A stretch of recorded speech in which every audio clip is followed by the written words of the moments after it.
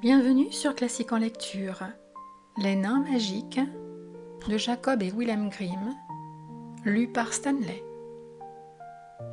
Il était un cordonnier qui, par suite de malheur, était devenu si pauvre qu'il ne lui restait plus de cuir pour une seule paire de souliers. Le soir, il la tailla afin de faire les souliers le lendemain matin. Puis, comme il avait une bonne conscience, il se coucha tranquillement, fit sa prière et s'endormit. Le lendemain, à son lever, il allait se mettre au travail quand il trouva la paire de souliers toute faite sur sa table. Grande fut sa surprise.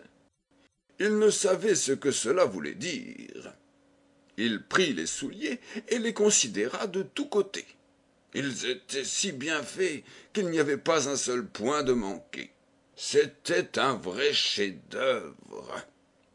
Il entra dans la boutique inchalant, auquel ses souliers plurent tant qu'il les paya plus cher que de coutume, et qu'avec cet argent, le cordonnier put se procurer du cuir pour 2 autres paires.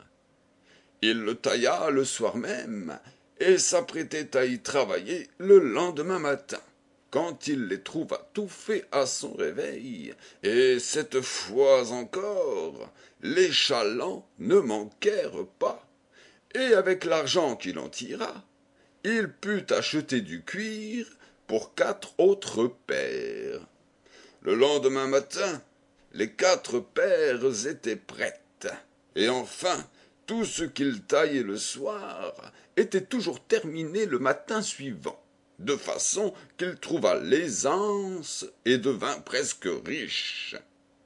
Un soir, aux environs de Noël, comme il venait de tailler son cuir et qu'il allait se coucher, il dit à sa femme: si nous veillions cette nuit pour voir ceux qui nous aident ainsi.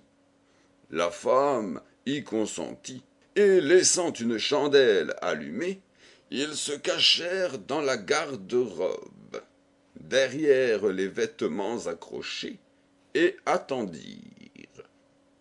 Quand minuit sonna, 2 jolis petits nains tout nus entrèrent dans la chambre, se placèrent à l'établi du cordonnier, et, prenant le cuir taillé dans leurs petites mains, se mirent à piquer, à coudre, à battre, avec tant d'adresse et de promptitude qu'on n'y pouvait rien comprendre. Ils travaillèrent sans relâche jusqu'à ce que l'ouvrage fût terminé, et alors ils disparurent tout d'un coup. Le lendemain, la femme dit: ces petits nains nous ont enrichis. Il faut nous montrer reconnaissants. Ils doivent mourir de froid, à courir ainsi tout nus sans rien sur le corps. Sais-tu, je vais leur coudre à chacun chemise, habit, veste et culotte, et leur tricoter une paire de bas. Toi, fais-leur à chacun une paire de souliers. L'homme approuva fort cet avis, et le soir, quand tout fut prêt, ils placèrent ces présents sur la table au lieu du cuir taillé, et se cachèrent encore pour voir comment les nains prendraient la chose. À minuit, ils arrivèrent, et ils allaient se mettre au travail, quand au lieu du cuir, ils trouvèrent sur la table les jolis petits vêtements. Ils témoignèrent d'abord un étonnement qui bientôt fit place à une grande joie. Ils passèrent vivement les habits et se mirent à chanter.